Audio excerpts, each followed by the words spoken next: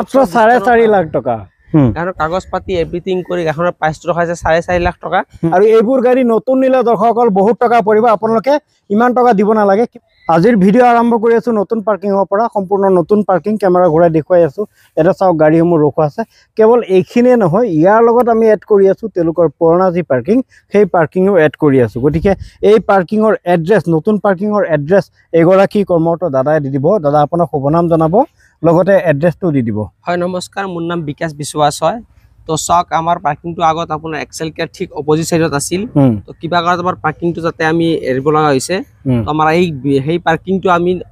যেটো Apple Excel hospital সন্মুখত যিখন পেট্ৰল পাম্প আছে পেট্ৰল পাম্পৰ ফালে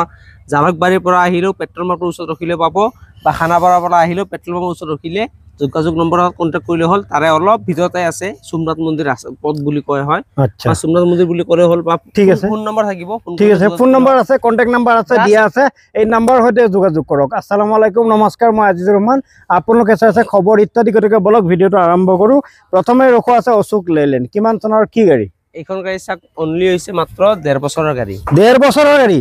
এই গাড়ী নতুন ল'ব গলে বহুত পৰিব দৰ্শকসকল হয় হয় তো গাড়ীখনৰ চাক আপুনি চকা টকাৰ পৰা আদি কৰি গাড়ীখনৰ বডিটো কমসে কম 9.5 ফুটি আছে আচ্ছা 9.5 ফুটি আছে বডিখন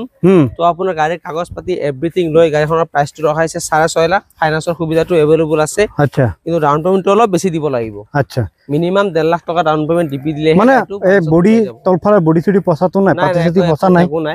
পাতি চুটি সব ঠিক আছে সব ওকে আছে বডি সব আপোনালোকে পুৰা টিপ টপ আছে না সব দেখুৱাই দিছো নতুন পাৰ্কিং বুলি নেক্সট এয়া দেখুৱাই আছো এইখন আছে আপোনাৰ 18 SST হয় গাড়ীখন আপোনাৰ BS4 গাড়ী গাড়ীখন কোনো এটা প্ৰবলেম নাই এভৰিথিং ওকে আছে দুই এটা সৰু সৰু যদি কিবা ইছে আছে এইবিলাক আমি ঠিক ঠাক কৰাই দিম এতে ওকে তো গাড়ীখনৰ প্ৰাইচটো হৈছে 2,60,000 টকা ফাইনান্সৰ সুবিধা হৈ যাব এইটো ফাইনান্সৰ সুবিধা আছে ঠিক আছে নেক্সট এয়া দেখুৱাই আছো আছে ইন্টা V10 এখন BS6 ৰ গাড়ী হয় 20 লাখৰ গাড়ী হয় গাড়ী কাগজ পাতি এভৰিথিং কৰি গাড়ীখনৰ প্ৰাইচটো ৰখাইছে 4 লাখ টকা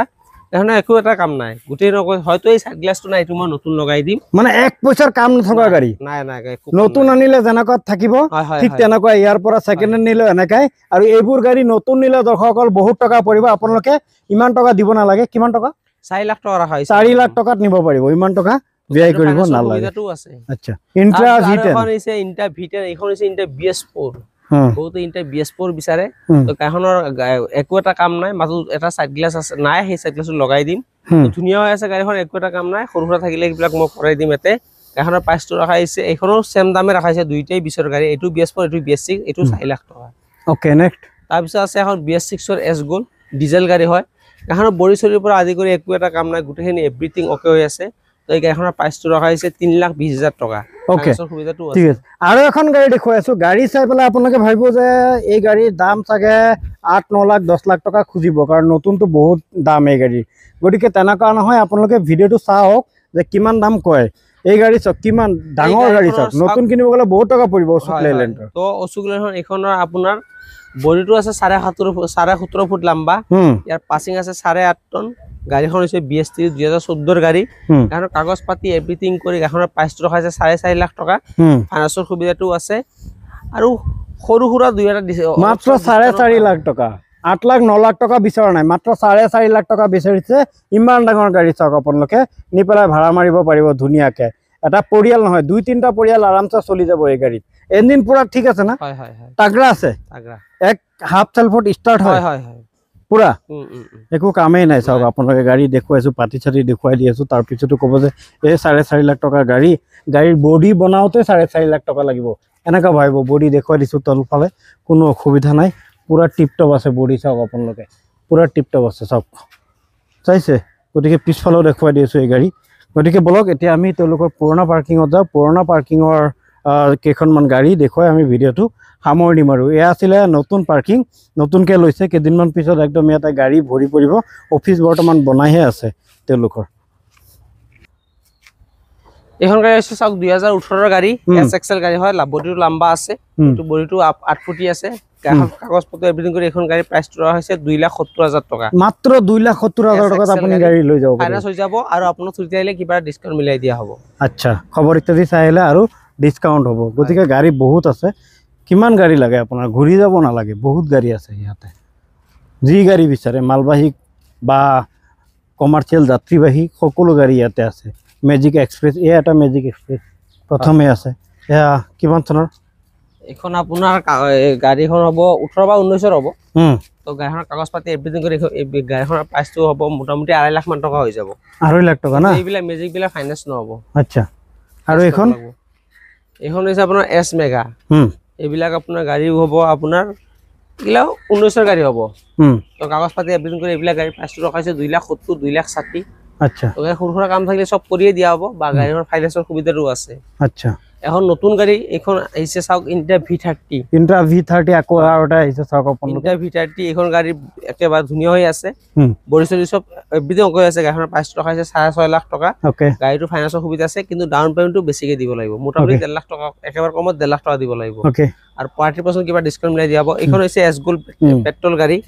2022 ৰ গাড়ী হয় কাৰণ কাগজ পাতি এভৰিথিং কৰি এখন গাড়ী প্ৰাইচটো ৰখাইছে 3,80,000 টকা ওকে তো কিবা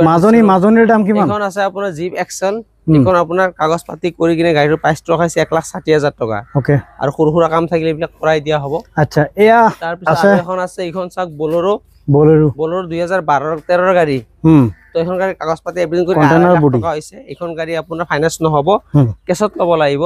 BS3 গাড়ী হয় গাড়ীখনৰ দামটো ৰখাইছে 2.5 লাখ টকা 2.5 লাখ টকাত লৈ যাওক হয় এখন আছে BS6 ৰ টেম্পু বহুতে BS6 ৰ টেম্পু বিচাৰি আছে ডিজেল গাড়ী হয় কাৰণ কাগজ পাতি এভৰিথিং কৰি গাড়ীখনৰ প্ৰাইচটো ৰখাইছে 180 আচ্ছা আৰু এইবিলাক গাড়ীৰ দাম কিমান আছে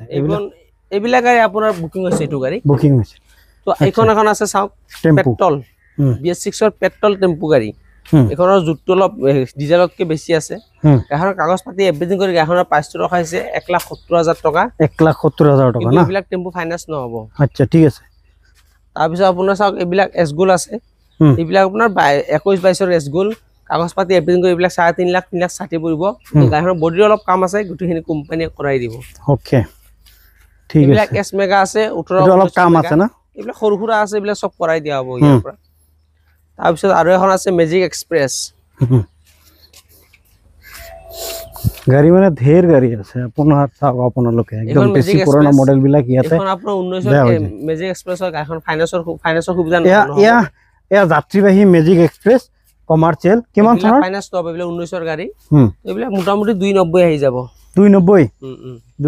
ত দি আছে চাওক আপোনালোকে আৰু আছে এয়া চাওক আপোনালোকে এইবিলাক ইন্টা V10 আছে ইন্টা V10 মোটামুটি 4 লাখৰ ওপৰত পৰিব দাম বিলাক বা ডিআইও আছে